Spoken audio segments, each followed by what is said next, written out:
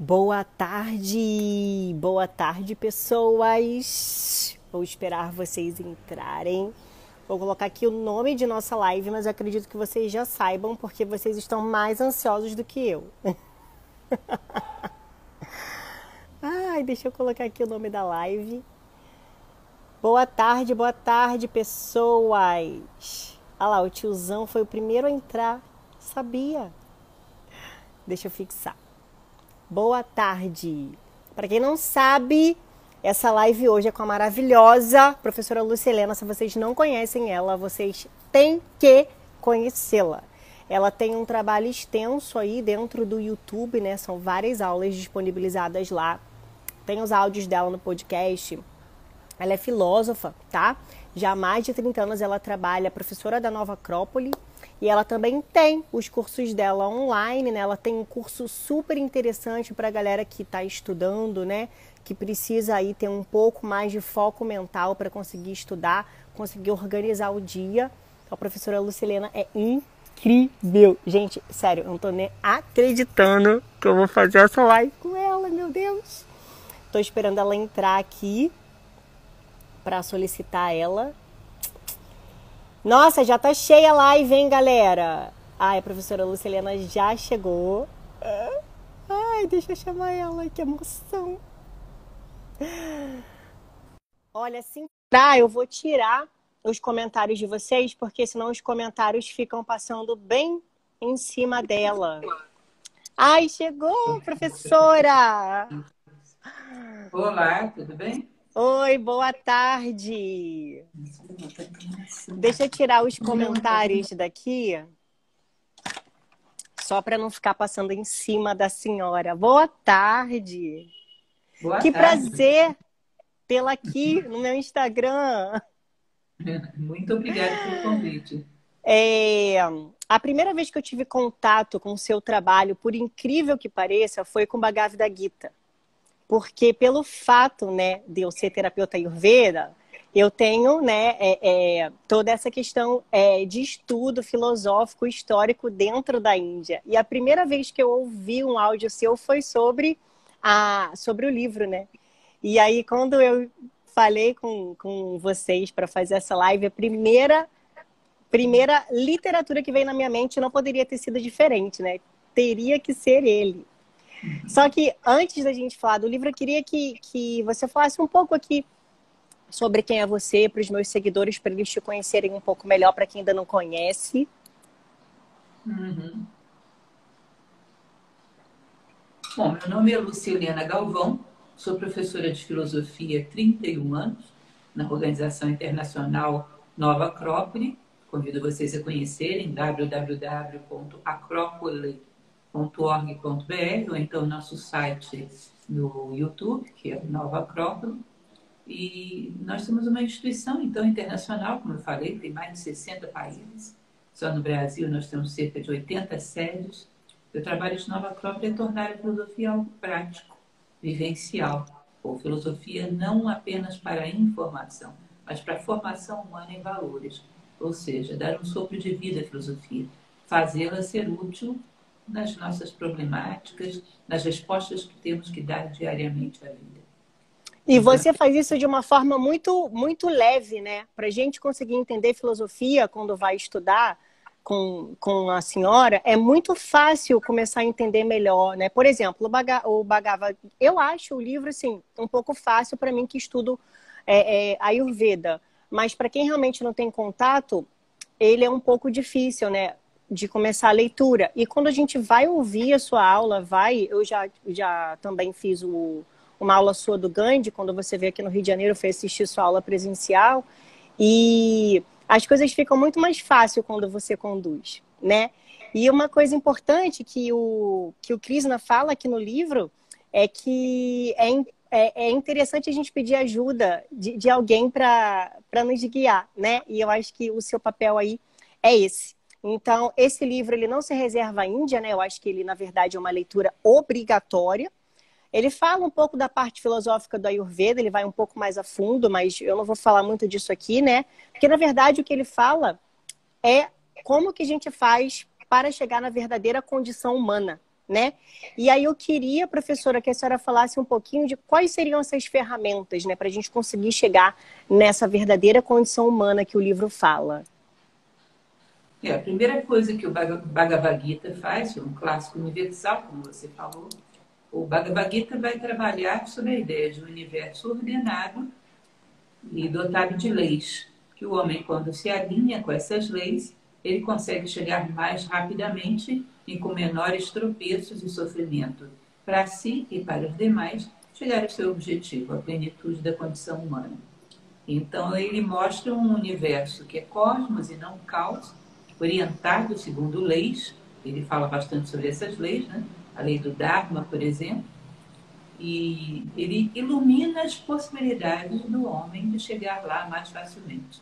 Então, ele vai dar um dos ensinamentos que, para mim, eu acho mais preciosos. Eu não trabalho só com filosofia oriental, eu trabalho, inclusive, mais com a filosofia ocidental, mas eu considero que essa orientação da filosofia indiana, que é o Dharma e o Karma, são das coisas mais importantes que a gente possa conhecer.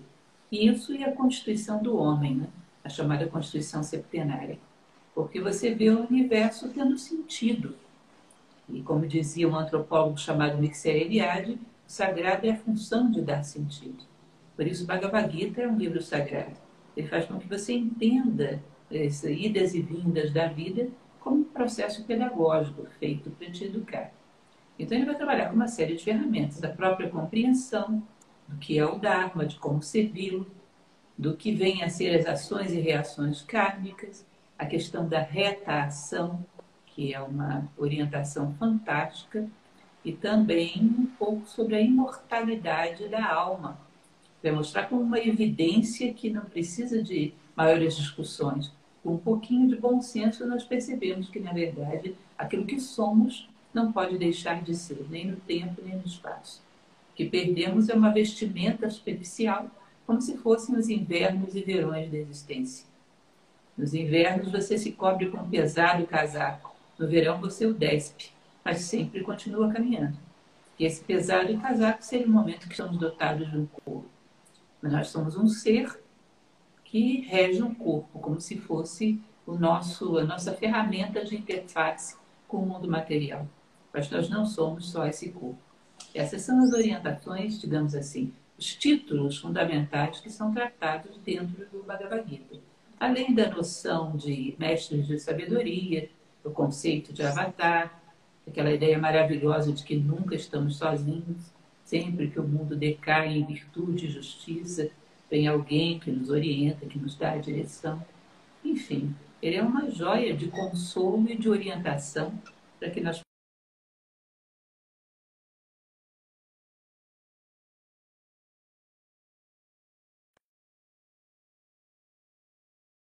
Pausou aqui, né?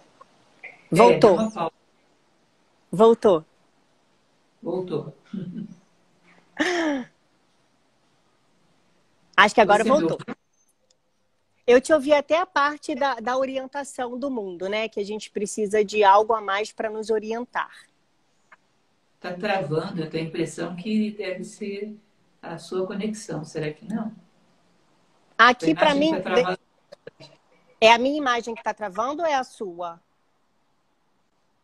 Bom, Para eu mim não tá sei, eu estou normal vendo a agora. sua. Não, para mim tá Uhum. normal. Eu acho que travou aqui a minha conexão, mas já voltou.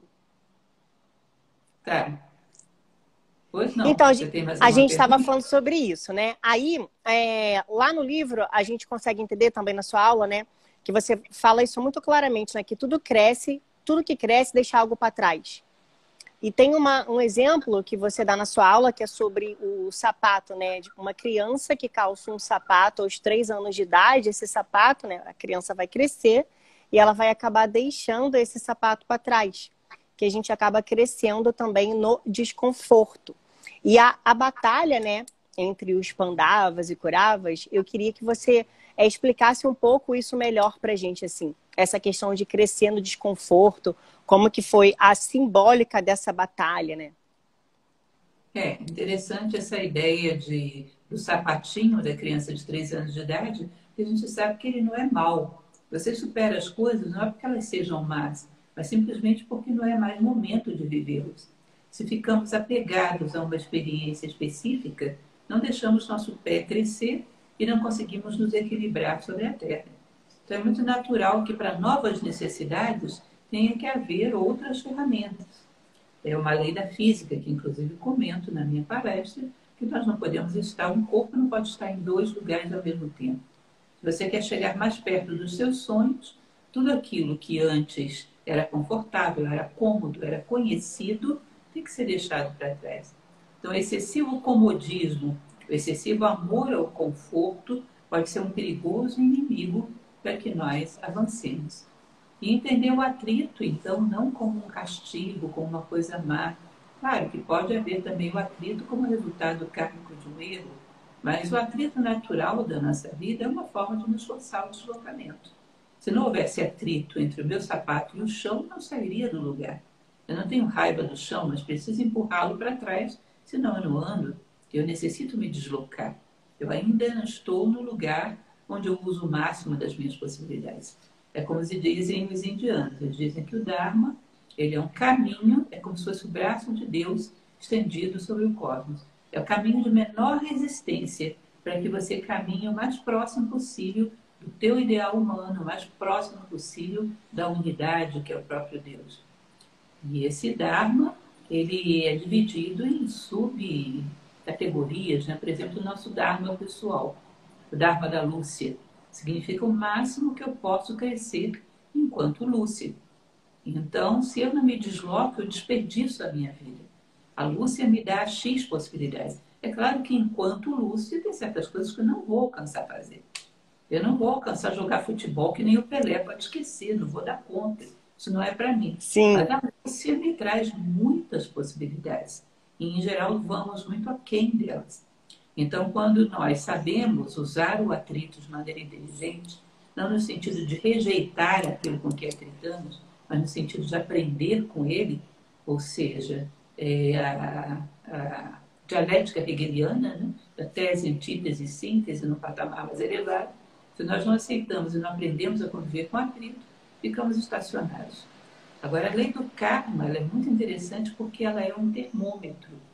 É como se você imaginasse uma estrada, que é o Dharma, que é o caminho de menor resistência, é uma estrada com traçado perfeito, é o menor caminho para te levar ao teu destino.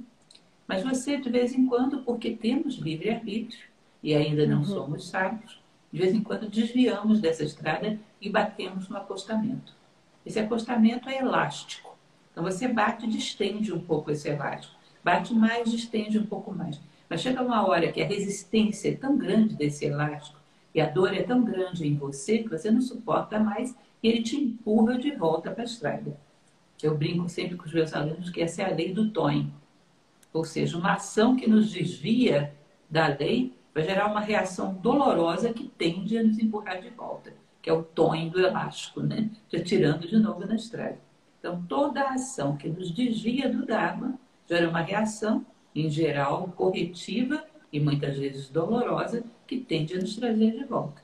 Assim como não cuidar bem do meu dente, vai gerar uma reação dolorosa que quer me empurrar de volta para o caminho, ou seja, fazer com que eu procure um dentista e passe a cuidar do meu dente. Isso é um processo muito natural, tanto na natureza física quanto na natureza metafísica. Lembra até um pouco das leis de Newton, né? Toda ação numa determinada direção gera uma ação de igual intensidade em sentido contrário, segundo a lei de Newton. É porque, na verdade, o livro, ele diz que nós teríamos dois caminhos, né? Ou para cima ou para baixo, né? Ou para o céu ou para a matéria. E se a gente acabar indo para o caminho que não é para ir, né? Que não é a favor da humanidade, a gente acaba sendo chacoalhada e falado, olha, não, o caminho é esse, né? E isso aí faz parte do crescimento, né? Até mesmo essa crise econômica, que eu acredito que em breve virá, não só para cá, né, como também para todo o mundo, vai também fazer parte do crescimento humano, né? Humano único, nosso e humano para a humanidade, né? O que a gente poderia estar fazendo para melhorar o outro, né? Servir melhor o outro. Então, esse livro, eu acredito que ele fala bastante sobre essas questões de clareza mental, né? Como que a gente chegaria num ponto de ter uma clareza mental melhor para conseguir seguir esse caminho. Isso. A questão dos Kuravas e dos Pandavas, que se referem aos vícios e virtudes do ser humano, é importante que a gente não faça confusão. Não é que a matéria seja má, ela é tão Sim, sagrada quanto o espírito.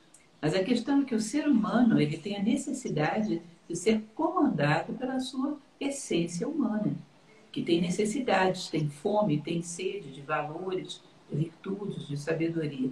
Ele não pode ser comandado apenas pelas necessidades da matéria, que são instintos de sobrevivência e instintos de perpetuação da espécie. A mitologia grega mostra muito bem isso, quando você tem, por exemplo, o Minotauro. A cabeça é de touro e o corpo é de homem, é um monstro. Agora, quando você tem, por exemplo, o centauro, onde do tronco para cima é um homem e do tronco para baixo é um cavalo, tem alguns deles que são sábios, como o Quiron, que formou a maior parte dos heróis da Grécia, grande parte dos heróis da Grécia. Então, nós sempre teremos uma interface animal para lidar com o mundo. Ela não é má, mas ela não foi feita para comandar a nossa vida. Ela é necessária, inclusive. Ela cuida da nossa sobrevivência, enquanto que a parte espiritual cuida da nossa vida enquanto seres humanos. Então, a vida espiritual deve imperar sobre a sobrevivência até para o benefício do próprio corpo, até para o benefício da própria matéria. Você percebe que quando você coloca o corpo comandando a alimentação dele, ele come o que é agradável e não o que é bom, e se destrói. Quando você coloca a consciência mais elevada, mais espiritualizada, baseada em valores, comandando o corpo, ela cuida melhor do corpo do que ele mesmo. Então, para o corpo, é melhor obedecer do que mandar. Mas como nós temos esse vício de colocar os instintos no comando, isso produz uma guerra dentro de nós. Uma guerra entre aquilo que nos arrasta para o comando instintivo e aquilo que nos arrasta para o comando de valores, de virtudes, de sabedoria na nossa vida. E é exatamente essa disputa pela nossa consciência, que é a Hastinapura, né, a cidade sagrada, que a Arjuna está vivendo. A Arjuna está no meio desses dois exércitos, querendo defender a Hastinapura de ser comandada pelos vícios. Ou seja, a consciência humana, ou ela é virada para baixo, como um espelho, retrata todas as necessidades materiais, ou ela é virada para cima, retrata todas as necessidades espirituais do homem, da sua natureza verdadeiramente humana. Talvez você já tenha ouvido falar de um experimento que aconteceu na década de 60, eu acho muito interessante, sempre conto, que é a história de um psicólogo chamado Roger Fultz, que fez um experimento com uma macaquinha chimpanzé, a Washoe. E essa macaquinha ele ensinou o código de surdo-mudo americano para ela, desde nenenzinha. Ele na frente dela, com as posas, sempre se comunicando por esse código de sinais. A Washoe, na idade adulta, chegou a dominar mais de 100 sinais. Inclusive, quando ela adotou 3 filhotes, ela ensinou para os seus filhotes. E conversavam entre eles. E ele retrata as falas da Washoe, existem filmes na internet e tudo mais. Ela falava de coisas do tipo Washoe comida, Washoe carinho, Washoe dormir, Washoe passeio. Você nunca veria o Washoe falando Washoe justiça, Washoe fraternidade universal, Washoe sabedoria. Não, ela não alcança esse tipo de coisa. Isso é um limiar da consciência humana. Agora você percebe que esse limiar, muitas vezes, muitos seres humanos não passam dele? Sim. Ficam com a consciência humana apenas como potência, não desenvolvida. Então, a briga do Bhagavad Gita é exatamente essa briga para poder fazer com que a Hastinapura pertença aos Pandavas, ou seja, que a consciência humana seja dominada por aquilo que é humano. Não adianta você dizer que é o Washoe falava, o Washoe comida, e o homem diz, eu gostaria de ir a um restaurante. É a mesma coisa. É um macaco com riqueza vocabular, não é isso? Não deixa de ser um macaco, pelas vossas obras os reconhecerei. Então você passa pelo umbral humano quando você começa a pensar e se alimentar e ser feliz naquilo que é próprio do ser humano, naquilo que é exclusivo do ser humano. E, portanto, o Bhagavad Gita é uma briga pela consciência humana para que ela não seja dominada apenas pelo instintivo, pela sobrevivência e pelo egoísmo de que isso está imbuído, mas que ela seja ocupada pelos valores humanos, pela identidade humana. E essa é uma guerra que acontece dentro de nós o tempo todo. Nesse momento acontece. em todos aqueles sim, que estão nos ouvindo, deve haver dentro deles uma guerra. Eu penso nisso que elas estão falando, ou eu penso em como vou fazer para ir no supermercado? O tempo todo a distração, o tempo todo a disputa sim, dentro de sim. nós. O Bhagavad Gita é permanente dentro de nós. Uma escolha por ser ou uma escolha por sobreviver. Cada um de vocês que estão nos assistindo está vivendo um Bhagavad Gita agora. E se você consegue dar a batalha e se fixar naquilo que alimenta a tua alma, você é Arjuna. E você está ouvindo a voz de Krishna, que é exatamente a voz É, desse aspecto divino que existe dentro do homem e que espera por nós. tem uma parte da sua aula que eu acho muito interessante, que você fala sobre essa questão do aspecto divino que existe dentro de nós, que impacta no outro. Então, o que eu entendo é que quando nós tentamos, né, clarear nossa mente e chegar a conclusões, a virtudes positivas, né, dentro da gente, ou seja, tentando reduzir o nosso egoísmo ou eliminá-lo, né, querendo o melhor para nós mesmos, a gente acaba sendo também melhor para o outro, a gente acaba impactando no outro, Com certeza. não é? Platão, ele costuma dizer isso de uma maneira que eu acho muito interessante, claro, não estou citando, estou falando com as minhas palavras, Tá. mas ele diz alguma coisa mais ou menos com o seguinte, que a melhor coisa que podemos fazer para aqueles que amamos é crescer como seres humanos, que só assim você pode garantir alguma coisa para eles. O próprio Bhagavad Gita, quando ele finda, quando começa depois alguns outros Gitas, entre eles existe o Uttara Gita, que é a canção última, né, a canção derradeira, que é quando o Yudhishthira encontra as portas do céu de Indra. Por sinal, existe essa palestra dentro do nosso YouTube da Nova Acrópole. E tem uma passagem que fala exatamente isso. Sempre que te sentires abatido, derrotado, quando as forças te faltarem, olha para o horizonte e verás Arjuna, de pé, vitorioso, sobre a montanha de cadáveres. Ou seja, a montanha de cadáveres são os defeitos que ele venceu. E se um homem Hum. venceu, renova em você a esperança. Prova que isso é possível. Ah, lindo. Isso, Então, a ideia do Bhagavad Gita é exatamente isso: mostrar para nós que a vitória sobre si mesmo é possível porque um ser humano foi. Portanto, todos têm em si o potencial dessa vitória, dessa guerra interna. a guerra, na verdade, seria superar as ilusões através da retação, não é isso? A guerra seria ser mais do que parecer, mas a retração é uma excelente ferramenta. Tá. Disse no Bhagavad Gita, como sempre, estou falando com as minhas palavras, não estou citando literalmente, mas o Bhagavad Gita diz que o mundo material é uma mera ilusão. E que para você vencer essa ilusão, você precisaria da reta ação. Muito parecido com o que a tradição budista fala, quando Buda, no Dhammapada, fala da superação da sede dos prazeres dos sentidos, que é Tanha, que ele coloca o nobre e óptico caminho. Esse nobre e óptico caminho, ele é a retidão em tudo. Reto pensamento, reta palavra, reta ação, reto meio de vida. Ou seja, o que ele queria dizer com isso? Ele dizia que quando você pratica a retidão, você acaba tendo como compensação da tua ação a ação em si, e não que você vai ganhar ou perder com ela. Ou seja, se eu tenho um ato reto, faço o meu melhor por você, e você não entende, fica com raiva de mim, isso não vai ser capaz de tirar de mim a satisfação de saber que eu honrei a minha condição humana e fiz o meu melhor. Você sabe o que é tirar a satisfação do fruto e colocar na ação em si? Se eu ajo como ser humano, eu deixo pegadas humanas no mundo, só isso já me faz feliz.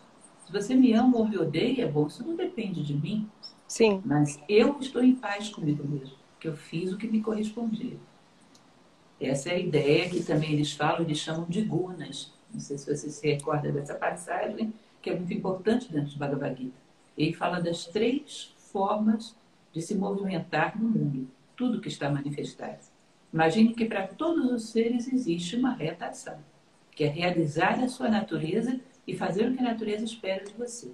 Então, quando as plantas desabrocham na primavera, quando fazem fotossíntese, quando fazem a troca gasosa com o meio, essa é a retação de uma planta. Uhum. Imagine você que ela faça menos do que o necessário, ou que ela faça mais do que o necessário. Menos do que o necessário seria atender para a preguiça, para a inércia. Isso é chamado de tamas. Mais do que o necessário seria atender para o estresse, para a hiperatividade, para a ansiedade, isso é chamado de rajas, ação colérica, impulsiva, impensada.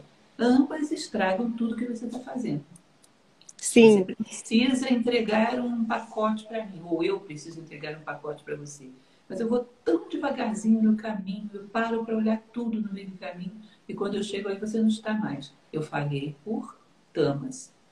Eu chego tão depressa, eu estou tão ansiosa que quando chego na sua casa eu nem espero você abrir, arrombo a sua porta e jogo o pacote em cima de você, também está errado. Eu feri você, feri o seu patrimônio, fui ansiosa, fui afobada. Isso pode ser até pior do que não entregar um pacote, dependendo do que haja aí dentro. Então, a reta ação seria a ação mais alinhada com o Dharma possível e sem estar ligada aos frutos. Eu me satisfaço na ação em si, sem estar ligado aos frutos. Tem um filme que eu não sei se você conhece, que eu acho muito lindo, que se chama Poder Além da Vida. Que num determinado momento um mestre fala para o seu discípulo que ele ia levá-lo no alto da montanha, que eles iam encontrar uma coisa maravilhosa.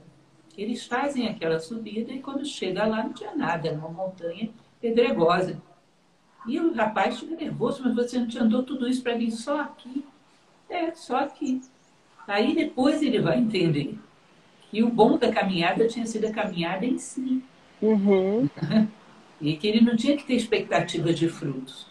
Eles tinham caminhado da melhor maneira possível, tinham aprendido pelo meio do caminho, tinham observado a natureza. O fruto está na ação em si, e não com o que você vai ganhar ou perder com ela.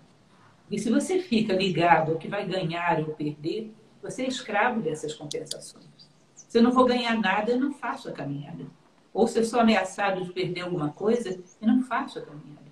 Eu fico escravo dos frutos e me desumanizo. Ou seja, eu preciso de recompensas para fazer aquilo que eu devo fazer. Uma planta Sim. não precisa de recompensas para fazer fotossíntese. Ela faz, sabe por quê? Porque ela é planta. E quando você está dependente, e nós somos homens, portanto deveríamos pensar da mesma maneira, quando você está dependente de alguma compensação, você é manipulado. As pessoas chegam Uhum. para você e dizem, ó, se você não for honesto, eu te dou esse prêmiozinho. E se você for honesto, eu vou te bater, medo e desejo. E aí você começa a ser manipulado. Se você deseja muito uma coisa, você é escravo de quem possui essa coisa. Se você teme muito uma coisa, você é escravo de quem possui esse chicote. Agora, se você não age nem por medo, nem por desejo, pela ação em si, e se realiza na ação em si, você não troca essa realização humana por nada externo. Por isso não pode ser manipulado. A única coisa que você quer é coincidir com a sua natureza humana. Eu quero ser humano, como a planta é planta, como a pedra é pedra, como os animais são animais. Quero honrar o que a natureza espera de mim. Me satisfaço com isso. Enquanto você age pelo fruto da ação, quem tem o fruto na mão te manipula e você é um escravo. Portanto, é um conceito Sim. de liberdade e, ao mesmo tempo, de aperfeiçoamento do nível fora do comum. É muito interessante. Podemos fechar o nosso dia, fazer um bom diário, que é uma recomendação pitagórica muito interessante, e dizer: hoje eu coincidi com a minha natureza humana, coincidi comigo mesmo. E, portanto, eu mereço o sono dos justos. Hoje eu deixei um trilho humano no mundo. Quem olhar para essa trilha pode se aproximar da condição humana, quem segui-la. Isto é o kit. De É, tal maneira que, se a morte me surpreende, eu estou em paz. Com esse mundo e com qualquer outro que venha. isso que a senhora falou é muito incrível, porque às vezes a gente vê nós mesmos, nós seres humanos, fazendo o que deveria ser feito, mas para nossos próprios desejos. Por exemplo, se eu fizer esse bem aqui, eu estou fazendo porque eu vou ganhar algo à frente, né? Sei lá, vou ganhar meu lugar no céu, vou fazer o bem pelo próximo, mas na verdade não é dessa forma que deveríamos estar indo através do caminho, né? E sim fazendo sem esperar nada do próximo, servindo ao outro, servindo à humanidade, servindo, né, ao que a gente veio fazer, que é essa retação, que é tão difícil da gente conseguir clareza mental para entender, né? Uma coisa muito importante que você citou aí nos gunas mentais, né? Essa parte dos gunas a gente lê muito dentro dos livros do Ayurveda, que está lá dentro de um dos Vedas do Atharva Veda. E fala-se, né, eles escreveram lá que existem dietas que nos ajudam a seguir essa clareza mental. Então, existe a dieta sátiva, a dieta rajásica, a dieta tamásica. E a dieta tamásica, segundo eles, seria comer, né, os alimentos industrializados, alimentos que não são da terra, porque justamente eles nos lentificam, né? Quando a gente come algo que não é alimento, a gente tem uma digestão mais lenta desse algo e a gente fica mais lento. Eu só trouxe isso para fazer uma analogia, que eu acho bem interessante essa questão dos gunas mentais com a parte alimentar, né? Com a parte da questão mesmo da digestão. Então, o autocontrole da mente, segundo o Bhagavad Gita, seria um desapego de si, né? Não é propriamente um desapego de si, é um desapego de estar comerciando com tudo. Platão Tá, dizia que existe uma linha horizontal, que é você se movimentar por um medo e desejo, que é a consciência animal. Existe uma linha vertical, que é a consciência humana, que é se movimentar por dever. Ele diz que sempre a ação vertical é muito mais nobre e humanizadora do que a horizontal. Ele dizia que nós estamos até no amor, por exemplo, eternamente comerciando. Se o namorado dá um beijo na namorada e não recebe o beijo de volta, já fui lesado. Dei um beijo e não recebi nada em troca. Ele diz normalmente que dos amores comuns da humanidade, um dos mais nobres é o amor entre pais e filhos, porque o pai normalmente não quer outra coisa que não o bem do filho. Portanto, é uma ação de mão única, não espera nada de volta. Mas até essa relação pode ser profanada. Ou seja, um pai pode começar a achar que o filho é um plano de previdência privada para poder cuidar dele na velhice. Ou seja, tudo aquilo que espera contrapartida é um tipo de comércio que empobrece o homem, sim, reduz ele a uma entendi. dimensão horizontal e muito animal. Platão tem uma passagem que ele fala, eu acho muito bonito. A Grécia era politeísta, sabemos, então ele falava de deuses. Né? Sim, Ele diz que tem algo que ofende muito mais aos deuses do que não acreditar neles, que é acreditar e achar que se pode comprá-los. Né? Então me faz uma graça que eu te dou tal coisa. E ele diz, olha, isso é terrível, porque se existem deuses, se existe Deus, o poder que esse ser tem, ele pode ter tudo que ele quiser por si mesmo. Não tem nada que ele precise de você para obter, sim, menos uma coisa. Uma coisa ele precisa de você, que é a tua própria evolução. Porque existe uma lei que ele mesmo criou, que é o livre-arbítrio. Portanto, ele não pode te obrigar a evoluir. Portanto, a única oferenda que se pode fazer a Deus é o teu próprio crescimento. Existe um sábio muito interessante, que eu não sei se você já ouviu falar, que viveu, era contemporâneo de Cristo, Apolônio de Tiana. Ele era um grande reformador religioso. Se diz que uma ocasião ele entra num templo egípcio, o Egito já estava muito decadente no início da era cristã, e eles estavam sacrificando animais no altar. E uhum. diz que ele entra aos berros naquele templo dizendo o seguinte: abstende-vos de lavarem os vossos altares em sangue. O único sacrifício que é desejável aos deuses é o sacrifício do teu eu animal em altares da sabedoria. Você entende isso? Ou Nossa, seja, a ideia de sacrificar o domínio do nosso eu animal. Não é maltratar o nosso eu animal.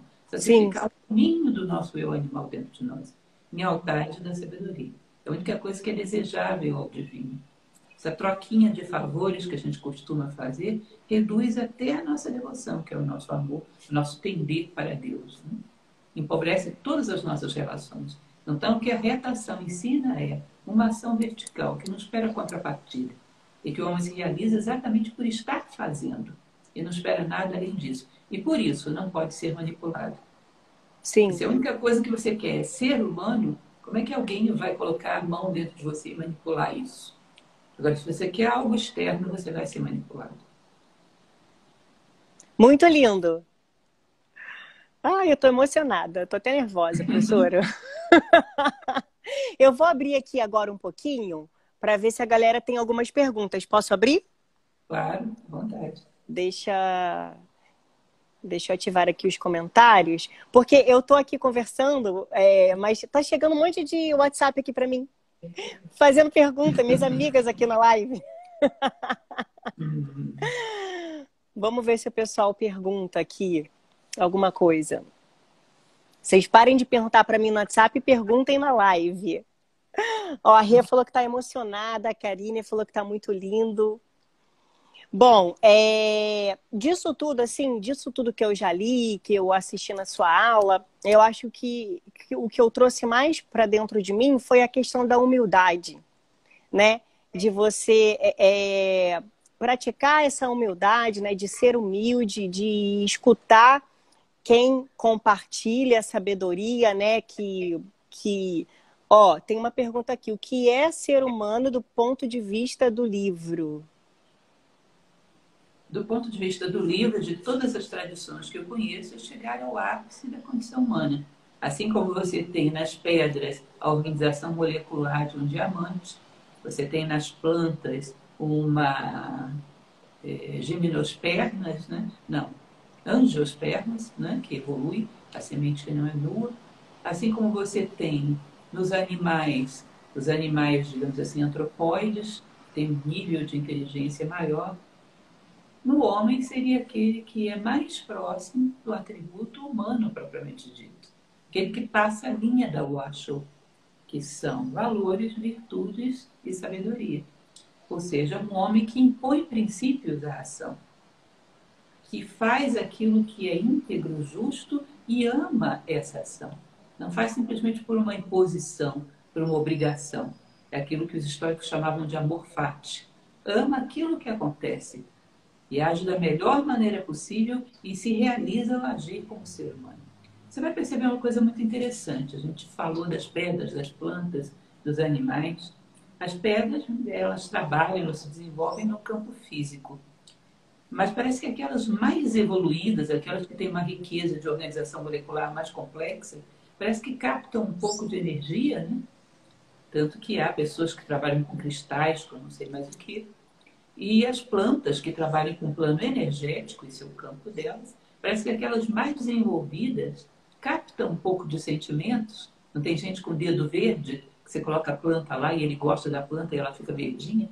Isso, ela capta alguma coisa de sentimento. Os animais mais desenvolvidos, o campo dos animais é o campo emocional, estão trabalhando, estão desenvolvendo algo aí. Os animais mais desenvolvidos parece que pensam. Você nunca foi enganada por nenhum cachorro? Eu já tive os cachorrinhos encapetados. Eu nem conto a história que o pessoal acha que é história de pescador. Uhum. Os seres humanos mais desenvolvidos devem se inclinar para algo de divino. Uma percepção tão grande da humanidade como um único ser, uma empatia tão forte com a necessidade do outro, uma capacidade tão grande de autocontrole, de autodisciplina, de autotransformação, para estar sempre crescendo, para sempre ter algo para dar, uma preocupação tão grande de iluminar o caminho daqueles que vêm atrás. Isso é que eu imagino, um ser que se inclina para o divino. E é o que todas essas tradições colocam. E a Índia é riquíssima nisso. Ela está cheia de humanos que se tornam tão perfeitos que são uma ponte entre os deuses e os homens. O panteão hindu está cheio de figuras assim, como por exemplo o sábio Narada, como por exemplo Valmiki e tantos outros rishis. Eram humanos que faziam uma ponte entre céu e terra. É porque, na verdade, eles estavam a serviço diretamente do Senhor, né? Diretamente do Senhor deles. Então, eles faziam Eles essa ponte. aprenderam a fazer uma relação entre o divino fora e o divino dentro. Recentemente, inclusive, eu gravei um comentário sobre um texto que li muito interessante, que a pessoa falava que o magma central da Terra, aquele coração mesmo, a parte mais interna, provavelmente tem uma temperatura próxima da superfície do Sol. Ou seja, a Terra tem um Sol externo e um Sol interno. Certamente isso acontece também com os homens. Tem um Sol externo e um Sol interno. Aquele que aquece o físico e aquele que aquece o metafísico. Quando você consegue descobrir isso e relacionar os dois, você tem sempre saúde no físico e saúde no metafísico. Então não é simplesmente perceber o divino fora, é perceber o divino dentro. Dentro. E só assim você começa a se inclinar na direção do divino, por afinidade, que é devote, tender para Deus, a raiz da palavra devoção. Sede perfeitos como vosso Pai no céu é perfeito. Não é isso? É trazer à tona, aflorar essa semente divina que existe dentro do homem. Sim. Olha, tem muitas perguntas aqui. Eu Não não sei sei se nem tem muito tempo, né? Como é que estamos de qual tempo? escolher. Eu acho que daqui a pouco vai acabar essa live. Vou pegar só mais uma pergunta. Só mais uma pergunta. Ó, Fabiana, qual seria o equilíbrio ideal entre satisfazermos a nossa condição de sobrevivência e a consciência? Me refiro às tarefas cotidianas que são essenciais, mas nos dispersa. Exemplo, tarefas domésticas. Olha, você sabe o nome da pessoa que perguntou? Não, você não deu. Fabiana, Fabiana, Fabiana deixa eu falar uma coisa para Barros. você, Fabiana. Muitas pessoas falam de como conciliar. Eu não acredito em conciliação. Eu acredito que você pode fazer tudo com o espírito de sacralização. Você pode varrer um chão pensando no bem-estar das pessoas que vão estar ali e vão se sentir mais puras pelo espírito que você impregnou aquele ambiente. Você pode limpar uma janela pensando na transparência que você gostaria de ter na tua própria alma e desejando mais transparência para si próprio e para os demais. Existe uma fábula da época da construção da Catedral de Notre Dame, que é muito interessante, que diz o seguinte: alguns monges viram alguns operários trabalhando na construção da catedral e chegaram num primeiro grupo de operários e perguntaram: o que você está fazendo aí? Ah, eu estou construindo essa parede aqui, esse muro aqui, para ganhar tantas moedas por dia. Aí eles foram no segundo grupo e perguntaram: o que vocês estão fazendo aí? Diz que o mestre de obras daquele grupo parou o que ele estava fazendo, olhou para o alto, para o lugar que ainda era invisível, como se ele estivesse vendo o futuro e disse: eu estou construindo um templo. Você não pode imaginar que o resultado foi o mesmo. Então, todas as coisas que você faz ou podem ser sacralizadas ou não deveriam estar sendo feitas. Se tem alguma coisa que você para o disco, para a cena e pensa, vou sacralizar isso, e dá aquela vergonha, não, isso não. Isso é sinal de que você ultrapassou a barreira moral. Não deveria estar fazendo. E, a princípio, tudo aquilo que é necessário pode ser sacralizado. Se você souber que dentro da minha humilde experiência, eu tive duas filhas pequenas dentro da Nova Acrópole já. Sempre trabalhei, porque a Nova Acrópole é trabalho voluntário, então tinha uma jornada Sim, de trabalho diária. Eu não poderia deixar para fazer filosofia só no tempo que sobra. Eu não daria para fazer todas as coisas que eu tinha que fazer. Eu fazia filosofia em tudo. Ao cuidar de uma criança, ao limpar uma casa, ao fazer uma comida, ao ir para o trabalho, em tudo. Tudo é momento para você estar elevando a sua consciência. Imagina que você mora em um prédio que o elevador demora a chegar. Você aperta o botão e começa a se queixar. Ah, que droga, por que eu moro nesse prédio? Isso demora demais, eu devia mudar daqui, eu devia me queixar ao condomínio. Você chega lá embaixo mesmo, só mais irritado. é. Você aperta o botão e o elevador começa a vir, e você começa a pensar, por que eu me irrito tanto por esperar 5 minutos? Se quando eu estou dentro de casa, eu desperdiço muito mais do que 5 minutos. Por que eu me irrito tanto achando que o elevador tem que chegar primeiro para mim do que para os outros? No Uhum. fundo, aí tem uma autoestima exacerbada. Eu acho que eu sou melhor do que todo mundo. Eu não aproveito tanto assim o meu tempo a ponto de ficar tão zangado porque perdi 5 minutos. Será que eu não estou com excesso de autoimportância, achando que todo mundo pode esperar menos eu? Com essa reflexão, você pega esse elevador no quinto andar e chega no térreo do ser humano melhor. E você só pegou um elevador. Sim, Eu acho que tem hora para cada coisa. Sim, tem hora para cada atividade, numa organização de atividades. Mas hora para a filosofia é o tempo todo. Se você busca respostas, você a encontra às vezes até na consciência onírica, até em sonhos. Busca resposta o tempo todo, a vida é inteiramente pedagógica. Não tem um tempinho de nada para você aprender e o resto é mecanicidade. Não precisamos de mecanicidade. Mecanicidade limita a consciência e é tempo onde você poderia estar aprendendo alguma coisa. verdade. Engraçado, você falou dessa questão de pedras, de animais, enfim. Tem uma santa da Igreja Católica, que o nome dela é Edelgarda van Bingen. Não sei se a Sim, senhora conhece, que ela conheço. também falava muito isso, né? Sobre o trabalho junto com a natureza, com as pedras. E aí você foi falando e eu lembrei dela. Porque realmente essa conexão é o que falta, né? Então, às vezes a pessoa ela tá tão no automático, fica ali no elevador já reclamando que o elevador está demorando, porque falta essa conexão filosófica, dela entender, né? Por que que eu tô achando que o elevador ele tem que chegar logo para mim aqui rápido, em 2 minutos, né? Tem outras pessoas nos outros andares solicitando também o elevador, né? Achei, é isso, é isso. Aprender o tempo todo, a vida inteiramente pedagógica. Não Muito só bom. a von Bingen, mas também Teresa de Ávila fala sobre coisas interessantes sobre isso. Bom, são muitos e muitos É. autores que fazem muito bonitas sobre isso. Ai, muito obrigada, professora. Não sei nem como te agradecer por estar aqui na minha rede social, falando um pouquinho para os meus seguidores. Eu já sabia que eles eram super seus fãs, seu fã, né?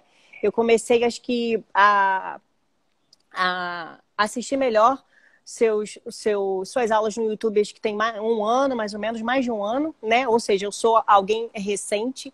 Quando eu fui na sua aula agora do Gandhi aqui no Rio de Janeiro, eu vi que várias pessoas já estavam na Nova Acrópole há anos, né? Então eu cheguei agora. Queria agradecer muito, né, por trazer tudo isso aí pra gente. Com certeza, de certa forma, você ajuda a gente aí no caminho. É o crisma aí da gente no envio da gente para entender um pouco melhor essas questões, né? E queria agradecer mais uma vez pelo seu trabalho, lembrar os meus seguidores que a professora é professora da Nova Acrópole, tem o Nova Acrópole Play, né, que é uma plataforma de ensino, tem também os cursos dela online no site dela, tem até um curso agora recente que ainda tá em promoção, né? Até o dia 30 de abril a promoção. Ainda está em promoção. Uma Então coisa que eu gostaria, se aproveitem. você me permitir, além de Claro. falar do YouTube, né, que é muito importante, que é uma porta de entrada, que é o youtube.com/invertida Nova Acrópole, tudo junto, que é o nosso canal. Mas o principal que eu gostaria que vocês pudessem, inclusive você, é conhecer a Nova Acrópole física. Nós temos 80 sedes no Brasil. Se você puder entrar lá no acrópole.org.br, porque tem certas coisas que o presencial é insubstituível. É. Ter uma pessoa que possa conversar com você em particular, esclarecer as suas dúvidas. Tudo que nós fazemos na internet nada mais é do que uma forma de dar uma degustação do que Sim. fazemos dentro da Nova Acrópole. Então, se você entrar lá no acrópole.org.br, você vai ver que com certeza tem alguma escola aí por perto de você. Tem uma pertinho. Pois é, gostaria muito que vocês fossem lá, porque o objetivo de tudo que fazemos na internet é esse. Eu acredito muito no trabalho que faço, mas eu acredito ainda mais no contato humano, em você ter uma pessoa que pode adaptar o conhecimento para você, para as suas necessidades. Isso é maravilhoso, porque a gente tem no YouTube, tem muito mais nas escolas, tem palestra todas as Sim. semanas. Eu gostaria que você, por exemplo, conhecesse o nosso trabalho. Eu vou lá, assim que isso passar. Engraçado Ótimo. é que quando começou a pandemia, né, na primeira semana, meu marido foi demitido. Na primeira semana. Aí eu falei assim, Daniela, a hora é essa, agora a gente vai entrar na Nova Acrópole. Foi a primeira coisa que eu falei para ele. Eu falei assim, vamos nos matricular. Aí agora a gente tem que aguardar um pouquinho, né? Mas eu queria agradecer. Em breve a gente vai estar, com certeza, juntas aí ao vivo, tá? Em alguma aula, alguma palestra na Nova Acrópole. Queria agradecer mais uma vez, em meu nome. Muito, só lembro você uma coisa, tem algumas escolas, não sei se na sua cidade é assim, que estão abrindo novas turmas virtuais. Então, enquanto durar a quarentena, Que normalmente ótimo. o curso é só presencial, mas algumas Sim. escolas estão fazendo abertura de turma nova virtual, que vai se tornar presencial quando acabar a quarentena. Que ótimo. Tá Eu bom. convido todo mundo a conhecer. Então vamos, acrópole.org.br. Tá certo? então vamos lá, gente. Muito obrigada. Foi uma Obrigada a satisfação você. Um beijo. a todos. Tchau, até a próxima. Até.